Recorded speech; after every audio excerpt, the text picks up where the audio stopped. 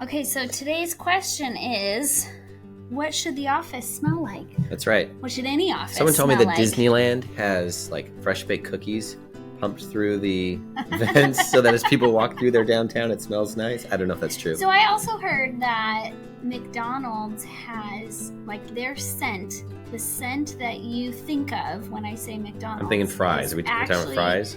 A chemical or some sort of additive. Let's just say additive. That they have put into all their fries. So no matter if you go to a McDonald's in Tokyo, Melbourne, San Francisco, all the French fries smell the same.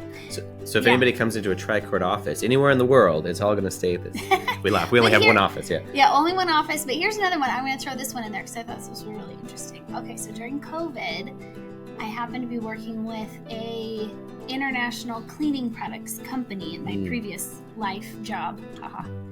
And the question at that time was, let's say you're in the food industry, what's more beneficial to you as a business owner, to have your coffee shop, cafe, restaurant smell like the yummy food that you're preparing, or to smell sanitary and completely clean? Oh, that's interesting. Because during COVID, everybody was so concerned kind of about want a hint of bleach. Is that what? Right, contracting the virus, that it would actually make you feel more at ease. Coffee, cookies, and a hint of bleach is like the perfect. That sounds terrible. Yeah, that's right. I would think you'd want to. And for our office, we have candles or things like that. But I don't know. There's no more bleach. I diffuse sometimes in my office for all those people that like. Oil. Yeah.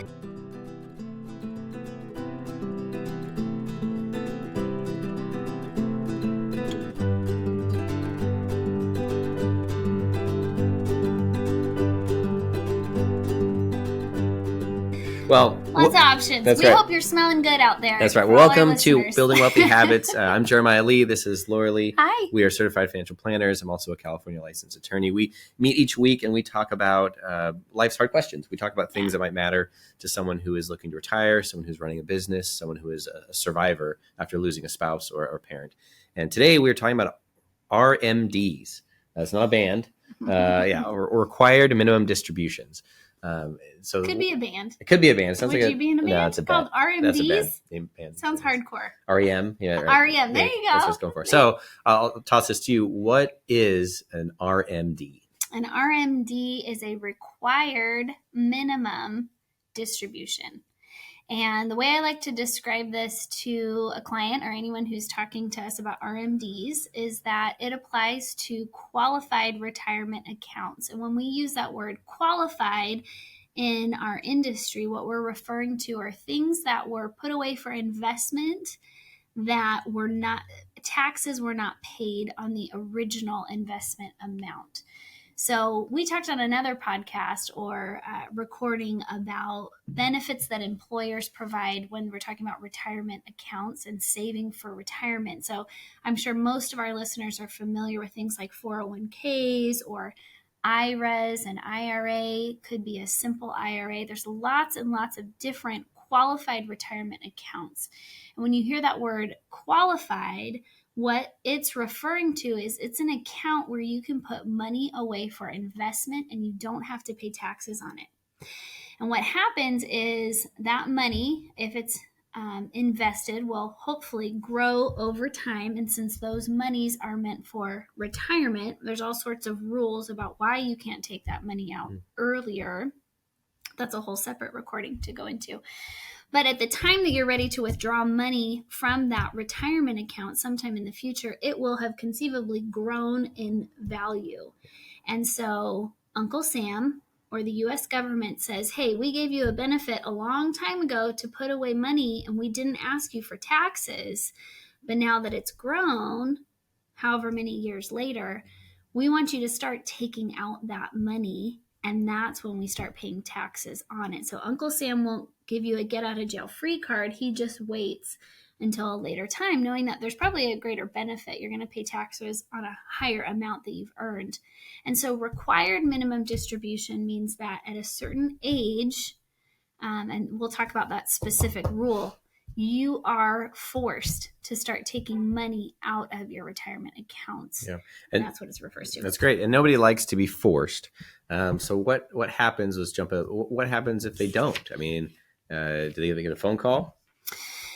Right. Okay. So good question. This is not something that you want to mess around with, because there is a penalty that is assessed. They call it an excise tax. Excess tax? How do I say that exactly? I say excise usually, excise. but yeah. It's called an excise tax. It's essentially a penalty, and it's 50%. 50% of what you didn't take. So say your required minimum distribution for a year was $10,000. That's what you're supposed to take out, and you fail to do it.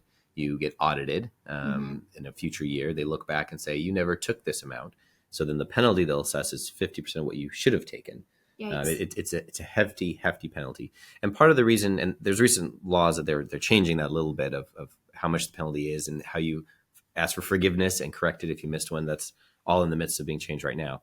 But the point is that the IRS isn't actively monitoring these, but they just make the penalty fairly large. So if you're being audited and you have not taken your RMDs, they're going to hit you with a pretty big stick. It's going to catch up to you, because the 50% is assessed on top of the regular tax that you would have to pay. So you withdraw $1,000, you owe a 30% tax. On top of that 30% tax, you'd have an additional 50% of the tax owed assessed on top of it. So it's no small penalty. So kind of backing up a little bit, we're talking about required minimum distributions. This is primarily someone who is retired and into their 70s. That age has changed a little bit.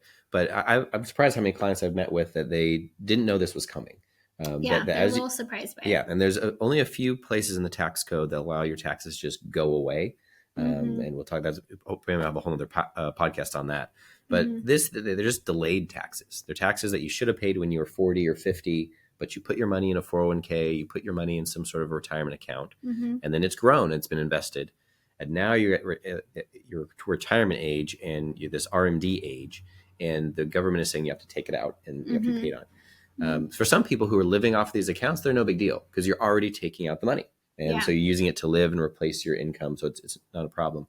It's really that group of people who don't need to take the money yet. They're living off of a pension or Social Security or some other income. And they say, well, I don't need an extra $30,000 this year.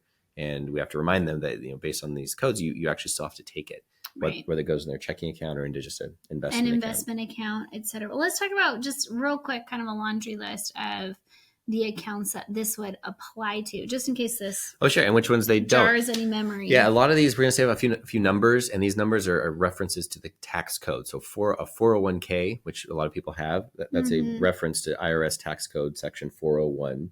Okay. That's what it is. So that's one qualified. 401ks, if you're a teacher or a government employee, you might have a 403b or a 457. 457. Those are both, and these are all accounts, just like Laura said, where the money wasn't taxed when it went into it. It usually comes out of your payroll, and you avoided the taxes that went in. One that we still call a qualified plan, but it doesn't count this way, is anything that's a Roth. So you can have a Roth 401k, you can have a Roth IRA, and what the Roth means is that you paid the taxes initially. You paid it back when you were 30 or 40 or 50 years old. You paid those taxes, and then you put the money in. It still is qualified in the sense that it grows tax-free. The biggest difference being when you get to retirement, because you already paid your taxes years ago, you don't have any more taxes to pay. Good point. And you don't have any more required minimum distributions out of those accounts. So we said, let's see, we have a list here. IRAs. I know, we want to make sure we don't miss any. IRAs, SEP IRAs, simple IRAs. This would apply to all of those profit sharing plans as well. I think so we're talking about defined contribution plans, if that is kind of a term that registers with you, different from like a pension or a defined benefit plan. Those are going to operate a little bit differently in terms of RMDs. And let's talk, you referenced kind of age, and there's been some changes to the required RMD age. So I printed myself out a graph. This is all really discoverable with a quick Google search. But just for our listeners who would want to know, if your birth year is 1950 or before, your RMDs are 72. If you are born between 1951 and 1959, your RMDs are 73. And then if you're born 1960 or later, you don't have to start your RMDs until age 75. Yeah. And that's a fairly recent change. It used to be 70 and a half, and people who are already retired, already taking RMDs might remember that number. When I turned 70 and a half, I had to take them. The government moved it to 72, and now they moved it to 75. But those years in the late 50s, those are kind of the bubble years. They're adjusted. So we're both 80s children, and so we are in the 75 years old category once we get there. But you can still take the money, and we'd be able to take the money sooner than that, of course, whenever you need it. Yeah. However, you don't have to start taking it out of the account until 70. Yeah, generally 59 and a half is kind of a magic year in terms of being able to access retirement monies. Generally 59 and a half without penalty. There's a lot of other caveats to that, other options in terms of when to withdraw. So, okay, so I'm forced to take an RMD. For better or for worse, what do I have to pay taxes now? And if so, how much? Yeah, that's right. So I guess in answering that, the question is how much is your RMD going to be? Because it's going to come out to you like it's income. So if I had an investment account and I get a $10,000 RMD, they're going to treat that, the IRS will treat that as if I earned it. That was my income. I got $10,000 of income. Yeah. So whatever tax bracket you're in, it's going to be $10,000 more. You just add it on. And if that bumps you to the next tax bracket, that bumps you up, and you have to pay that rate of taxes on there. Right. And the amount that comes out when we first start talking with clients that weren't aware of it, they then say, well, how much is that going to be? I need this money for my future. When you first turn required minimum distribution age, the IRS has a whole actuarial table of how much you have to take, but it starts out about 4% of an account. The table they use goes all the way up to 120 years old. So if someone lived to 120, they have to empty their whole account. I think that's a handy rule of thumb. So just to repeat, it's generally speaking, the RMD will be about 4% of the value of the account. Yeah.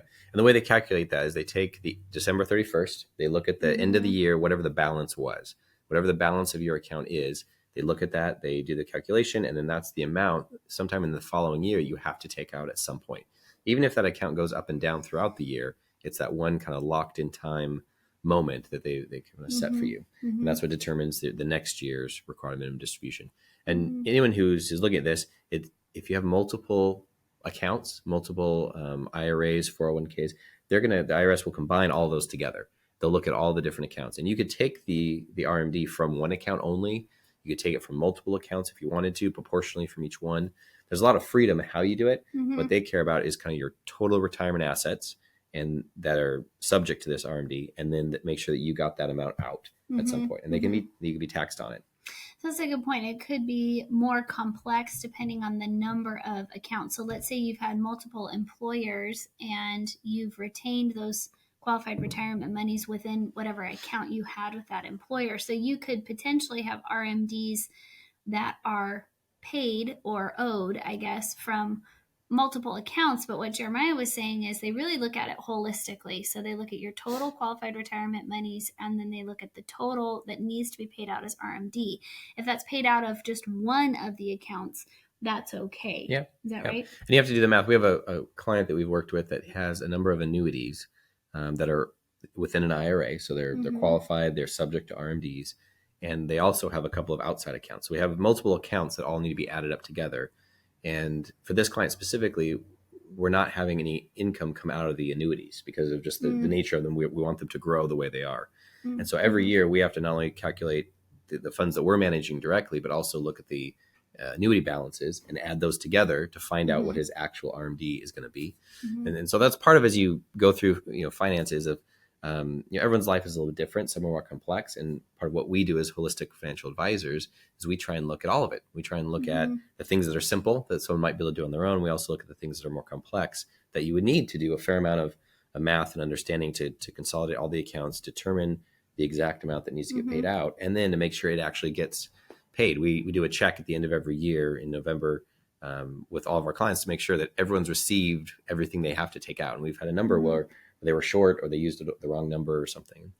When we're controlling it, it makes it very easy that we can send the Right. money out to them on a real smooth basis. Right, because if you're short, you got to settle up in some way. But I think too, what we do from a planning perspective is look at what the household expenses are on an annual basis. And we have some clients that are waiting; they're in anticipation of their RMDs. That's going to help subsidize their household expenses in a needed way. We've got other clients that maybe don't need the income that's being given to them from their distribution, and so they may take the distribution, pay the taxes as earned income in that year, but roll it over into an investment account and for long-term growth. So it really depends on the household situation. What they need. Another option, we'll have a number of our clients, we talk through this, is if they don't need the money, they say they have $10,000 coming out, rather than it going to their checking or their investment accounts and just grow into the future, if they're charitably minded, you can do what's called a qualified charitable distribution. So you take what was your required minimum distribution, and you basically convert it into a qualified charitable distribution, and you basically just send it to a charity. And so what that does, instead of having your income bump up that year for tax purposes, it keeps your income at that original level and just redirects those funds. And those funds flow into whatever charity you find appropriate. Well, that's a really interesting tax planning strategy. So qualified charitable contribution or distribution. Say that 5 times. Yeah, that's fast. Right. It's a hard one. But that's a way basically to receive your RMD and not impact your earned income for the year or lessen the impact to your earned income. Could you just do a portion of your distribution? You can. Yeah, it's not an all or nothing. It's just a portion. And the reason that people would do that rather than just taking the money and then making a contribution separately is it has to do with your AGI. That's getting in the weeds a little bit. But for taxes, your adjusted gross income impacts your Medicare premiums. It impacts a number of things. And if the money comes in out as a required minimum distribution, it bumps up your income for the year. And then that spins all sorts of other tax items. 7% of AGI is what you can write off for medical. All those different items get boosted up a bit. Whereas if you use your qualified charitable distribution to go directly to the charity, it skips out on your AGI and it leaves at a lower level. So some of those other factors may benefit your taxes. Right. It comes off above the line is what a lot of, I guess, common vernacular. It comes off above before adjusted gross income. Yeah. So it's a great one that we coordinate with CPAs and accountants and kind of doing that larger planning, not just a year to year, but say over the next 5 years, we know I have, distributions I have to take out. I also know I'm charitably minded. I also know I don't need the money. All those work together to kind of get you to a position of something that you're excited about. Now, we talked about the penalty. What if I just am first hearing about this and I didn't even know I had to take RMDs and I wasn't meaning to do anything wrong, but I need to catch up a little bit? What's going to happen to me? Like, do I have to call the IRS and apologize? You kind of have to fall on your sword. Forgiveness? So there's some concerns and some mix up with a few types of RMDs. And, midst of COVID, they gave you some relief from this requirement. There's some leniency a little bit. And then for inherited IRAs, which we'll talk about in a little bit, those ones, they have some very confusing rules that came out. And because of that, they gave 2021, 2022, they gave a free pass to a lot of people. Well, coming into 2023, which is last year, now we're into 2024, the laws have been updated and the penalties can be less if you fall on your sword. If you basically say, oh, I didn't take this, I was supposed to. Honest mistake. Yep. And we'll take it now. And you have your CPA or accountant file some paperwork for you that alerts the IRS that says we forgot to take it, but we're doing it now. And I think the penalties are down to even 10% of not the account balance, but 10% of what you're supposed to do. So they made it a much easier, to be honest and just fall on your sword. So if you're not sure if this is brand new information to you, it's highly advisable you go work with your tax professional to get this taken care of. And then going forward, you'll be able to be on a regular basis. But they've changed the rules recently that if you've made a mistake, you can go back and fix it, and it's advisable to do so. So I've got another case scenario. We've had a few clients that have run into this, but what if there's a death in the family, either of a spouse or a parent, and what happens then? Say that dad was taking RMDs and he was earning $1,000 a year, nominal amount or a great amount. What happens to that RMD? Yeah. Can it be inherited? Can it be passed down? So interesting. And it's different even when I do estate plan with clients, thinking differently about, the investment account they have with, say $100,000 in it and the 401k that they have $100,000 in it. how it's going to transfer, and the ultimate recipient of that, what they're going to get. Because one of those is taxable when it comes out, and one of those isn't. So it's an interesting dynamic. But in your comment, so if a spouse that passes away, the surviving spouse can basically take on the account as their own. They can convert it to their life expectancy. They can run with it. Where the laws, which is a benefit, because, just to pause there, the calculation that the government imposes for RMDs, it takes into account your age. Your age. So let's say your spouse was older than you. If that RMD is now inherited by the surviving spouse, they can alter the RMD according to their age. Yep, right? That's so right. they can extend it, essentially, assuming that they were younger than the spouse that passed away. And getting to do it over the course of your entire life Right. is meaningful and helpful for most everyone. You know, someone in their 70s, has a number of years ahead of them, and they can stretch out those distributions.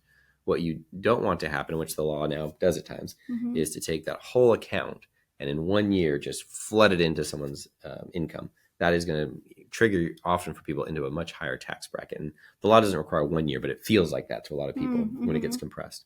So between spouses, the laws have not changed a whole lot. You can inherit from one to the other and then readjust to that survivor's life expectancy. But when it passes from generation to generation, there's been some major differences. It used to be years ago that the inheriting child, we'll just say a daughter in this case, inherits the parent's account. That daughter used to be able to stretch it over their lifetime. So the daughter may be in her 50s, meaning I have to take very little now, and I can let this account grow and grow and grow for a number of years in the future. It's no longer the case. At best, you're going to get 10 years. At worst, depending how you've structured things, it could be 5 years.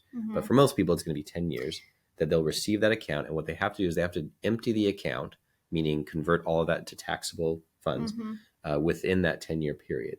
There's a lot of confusion of where you had to do it a little bit either every year, whether you could do it all at the end. The IRS has kind of settled on the idea that if the individual who passed away was already taking their RMDs, then whoever inherits that account, even if they're younger, has to continue taking RMDs. It's like the clock has started and it doesn't pause, even at the point of death. Again, this is just for multi-generation, so not between spouses, but for the next generation. So once the clock starts on RMDs, they say it has to be completed within 10 years' time, and that's time stamped. Yep, and then the RMD will adjust, the amount of it will adjust based on the person who's receiving it, their age, but it still has that. So there's a number of clients that we've worked with that inherit a fairly large account from their parents, but they're still in their working years. We had one specifically, they were in the midst of their highest earning years, then you're retired, and they're looking at this account saying, I have to take this out in 10 years.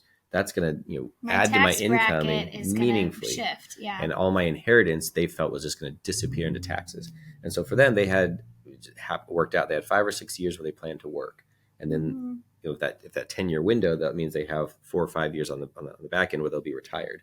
So the way we've structured it is that they'll work, and then once they retire, they'll start taking larger RMD distributions to kind of even everything out. Right, because it's only a minimum. It's just a required minimum amount. It doesn't mean you can't take more than that. And of course, in the case of having to liquidate the account within 10 years, you're probably going to have to take more than the minimum. Yeah, that's right. What you're saying is you've got some flexibility. Now, what if I was on the opposite end where I actually needed the income and I inherited this account?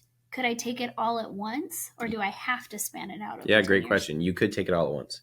Okay. And if you needed to, that would be fine. That's available money, useful for that. Often people want to split it at least into 2 years, just to avoid themselves being pushed into higher and higher tax brackets, depending on the amount. If someone inherits an account from their parents and there was $10,000 left in it, well, then to take that in 1 year and distribute it to themselves is probably not going to push them into meaningfully higher tax brackets. But if that account was $300,000 or $400,000, and they were to take that in 1 year, that's going to massively push up their earned income for the year and their taxes. Could the beneficiary do that same sort of tax strategy in terms of taking the RMDs, but doing the charitable distribution? Could they also do that as well? That's a good question. I don't believe so. I'd have to look into that, and if you have that question, we should find that one with the advice. But yeah, I don't believe that things are different with a inherited IRAs. I don't believe you can do the charitable qualified charitable distribution, but we should double check that. Yeah. But the other one that's also interesting is we have a number of clients who work with what's called a donor advised fund, and you can direct money into that for tax purposes. Anything coming out of a inherited IRA or even just your regular investment account, they can't go into your own donor advised fund. Mm. There's a little bit of a gap there. And Mm-hmm. that in the future, maybe that will change. I think that'd be a good planning strategy, but right now that Mm-hmm. doesn't work. It's Mm-hmm. not a functional way to do it. So that our time is kind of wrapping up Yeah, for we've been in the weeds a today. little bit. I apologize for some of that, but this is Yeah. a lot of really important information that as Mm-hmm. people look at RMDs, required minimum distributions, it's meaningful to your retirement to have a good understanding of what this will do for you. Yeah. And so if you need assistance, if you have any questions, a lot of the work that we do is coming alongside our clients to be their best ally for their future. And part of that includes having a summary of your RMDs, making sure they're distributed appropriately without penalty in the right timing. So if these are questions or subject matter that applies to you, if you have any questions, feel free to send them in to our office. We're here at Tricord Advisors. You can visit us on our website, tricordadvisors.com. But for today, we thank you for listening in. This is Building Wealthy Habits, and may you grow in wisdom and knowledge. Thank you.